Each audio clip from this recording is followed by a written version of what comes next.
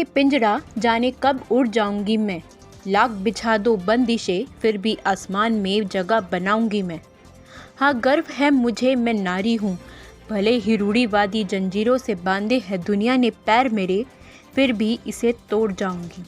मैं किसी से कम नहीं सारी दुनिया को दिखाऊंगी, जो हालात से हारे ऐसी नहीं मैं लाचारी हूँ। हाँ गर्व से नारी हूँ। हम बात कर रहे हैं हरियाणा की बेटी की। हरियाणा की बेटी मिस रिया यादव ने छोटी सी उम्र में एक शिक्षक के रूप में करियर की शुरुआत की, गरीब बच्चों को शिक्षा देने की शुरुआत की। आज कारवां बनता चला गया। मिस रिया यादव F3 मैगजीन की ब्रांड एम्बेसडर 2019 रह चुकी हैं और मिस रिलायंस 2018 में बनी। वह सोशल एक्टिविस्ट और आर्टिस्ट भी हैं। इसी पर उन्होंने कहा कि अब तक के सफ़र में माँ का बहुत बड़ा योगदान मिला और इसे प्रोफेशन में आना मेरा शौक था। आज तक माँ का मिल रहा है प्यार। हेलो, मेरा नाम रिया है एंड बेसिकली मैं F3 miss India brand ambassador 2019 रह चुकी हूँ and Miss Reliance Jewels 2018 and social activist, educationist and artist. Basically I belongs to all kind of personality, means मेरे को अच्छा लगता है मल्टीटास्क करना and I'm kind of multitasking kind of personality, means I know everything, I know graphic designing, I know arts and everything, I like to do it।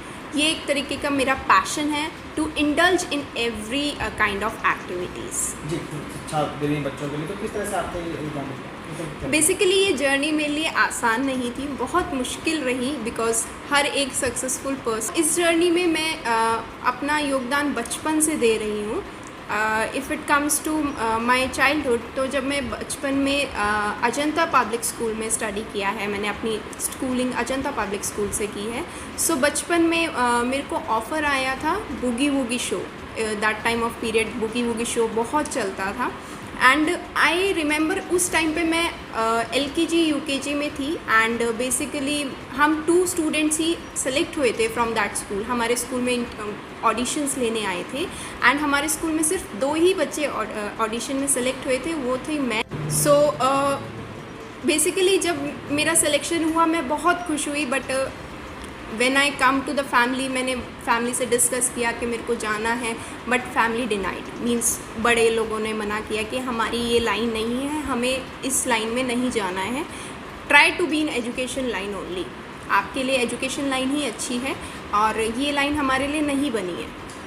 उस दिन के बाद मुझे ऐसा लगने लगा कि मेरे लिए ये जो मेरा ड्रीम है, मेरा सपना है, ये मेरे लिए पूरा करना बहुत मुश्किल है, मतलब नामुमकिन की तरह मेरे लिए फीलिंग हो गई थी उस टाइम पे। बट उसके बाद भी मेरे को एक्टिविटीज़, जो भी कॉम्पिटिशन्स होते थे, डांस कॉम्पिटिशन्स, उसमें मैं पार्ट लेती थी। टीचर्स कन्विंस करती थी मेरे पेरेंट्स को। मेरी मम्मा स्कूल में ही पढ़ा रही थी जिस स्कूल में मैं स्टडी कर रही थी। Teachers used to convince my mother कि आप इसको भेजो, शी इज़ वेरी टैलेंटेड की। उसके बाद स्कूलिंग के साथ मैंने 5th-6th क्लास में मैंने एक इंस्टीट्यूट, एक NGO में टीच करना भी स्टार्ट किया, जहाँ पे मैं पढ़ने गई थी, बट धीरे धीरे वहाँ पे मैं English speaking and all every extra curricular activities के लिए मैं सीखने गई थी, डाइनिंग एटिकेट्स एंड ऑल। उसके बाद धीरे धीरे वहाँ पे मैंने टीच करना भी शुरू किया। मैंने 2 स्टूडेंट्स को, छोटे छोटे स्टूडेंट्स को टीच किया। उसके बाद आई रिमेंबर अभी भी एक डोमिनोज़ पिज़्ज़ा से एक मैनेजर थे, तो बेसिकली वो आए थे हमारे इंस्टीट्यूट में स्टडी करने। सर ने उनको 2-3 लेक्चर्स दिए थे, but he was not satisfied, means उनका जो कैलिबर था अंडरस्टैंड करने का वो थोड़ा लो था। One day what happen, sir was not well. Sir ने कहा रिया ट्राई कि तुम टीच कर दो सर को। तो ओनली वन डे मैंने जस्ट ट्राई किया था कि मैं एक बार ट्राई करती हूँ, but sir was too impressed that time of period and he said कि मेरे को तो इन्हीं मैम से पढ़ना है, बट सर सेड कि ये तो बहुत छोटी हैं। ही सेड कि नो वरीज, मेरे को इनका बहुत अच्छे से समझ आ रहा है जिस तरीके से ये एक्सप्लेन कर रही हैं। एंड उसके बाद मेरा एक स्टार्टअप पॉइंट स्टार्ट हुआ एंड उसके बाद मैंने उसी इंस्टीट्यूट में 3-4 ईयर्स टीच किया। And after 10th 11th class में मैंने एक अपनी एकेडमी ओपन करी जिसका नाम dance institute and for activities art and craft, जो कि मेरा एक शौक़ था, मेरा एक ड्रीम था। सो उस टाइम पे ओपन करने के लिए मैंने पेरेंट्स से पूछा, तो पेरेंट्स सेड के ठीक है, हम आपको किसी इंस्टीट्यूट में जॉब नहीं करने देंगे, but you can open your own institute, पर उसमें हम आपकी हेल्प करेंगे। तो I said okay, no problem. उसके बाद मैंने जब वो एकेडमी ओपन की तो एकेडमी में एक मेरी फर्स्ट स्टूडेंट आई, प्यारी सी छोटी सी 4 इयर्स की गर्ल। एंड आई रिमेंबर वो उनकी मदर आई थी कि मेरे बच्चे का परसों कंपटीशन है एंड उनके टीचर ने मना कर दिया है टीच करने के लिए। एंड उस दिन से मैंने उस बच्ची को टीच किया।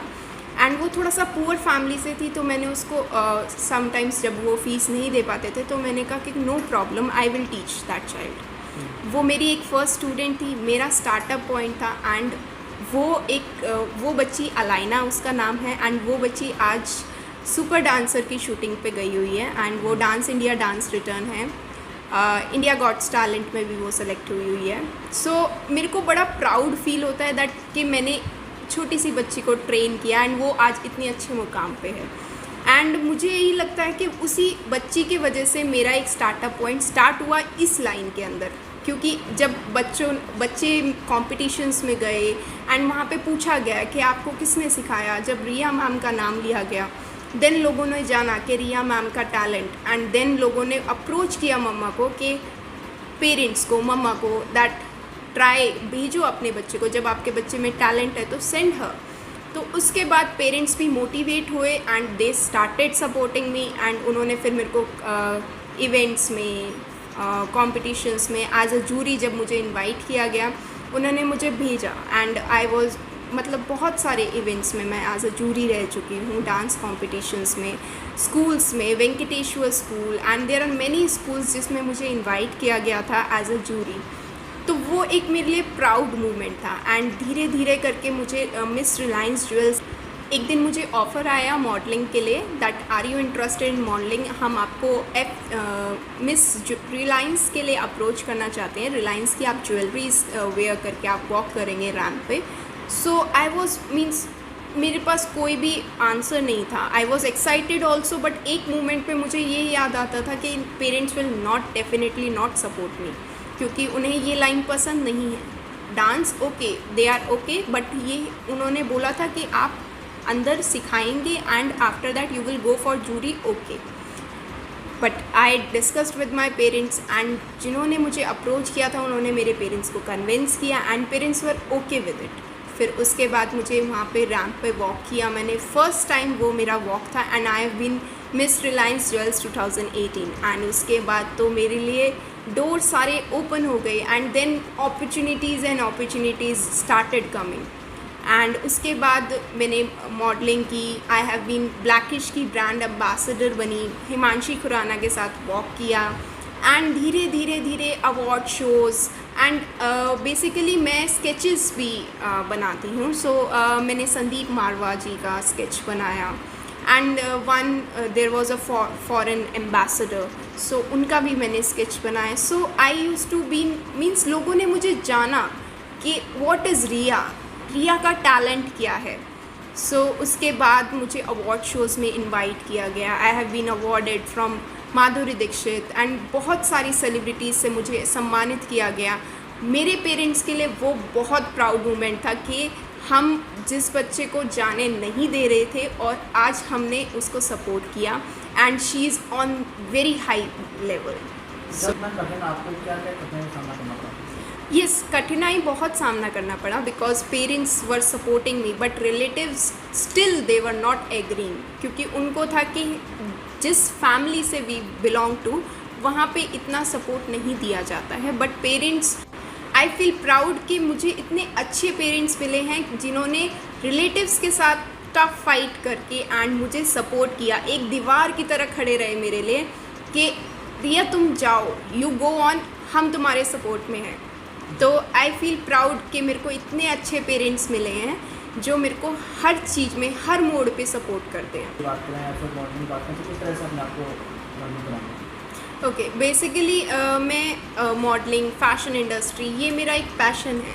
अगर मैं प्रोफेशन की बात करूँ तो मैं अभी फ्रेंच टीचर हूँ नारायणा ग्रुप ऑफ एजुकेशन में, एंड मैं वहाँ पे फ्रेंच टीच कर रही हूँ, and I am a coordinator as well, activity coordinator. So I am enjoying that my profession and passion both. अगर मेरे इन फ्यूचर प्लान्स की बात करें, सोशल वर्क करना है. I am associated with social NGO also, that is सक्षम भारत. उसमें हमने एक स्कूल ओपन किया हुआ है, and that school is for poor kids जो पढ़ नहीं पाते हैं. तो उनको हम फूड के लिए एंड स्टडी के लिए एवरीथिंग वी प्रोवाइड. मीन्स हम उनको बुक्स, फूड, एवरीथिंग प्रोवाइड करते हैं. सो उसमें भी मेरा बहुत अच्छा योगदान है. मैं उस NGO की सचिव हूँ, and I like two means help kids, poor kids and needy लोगों को हेल्प करना मुझे बहुत अच्छा लगता है. मैं अभी GAV ग्रुप ऑफ एजुकेशन के साथ भी एसोसिएटेड हूँ.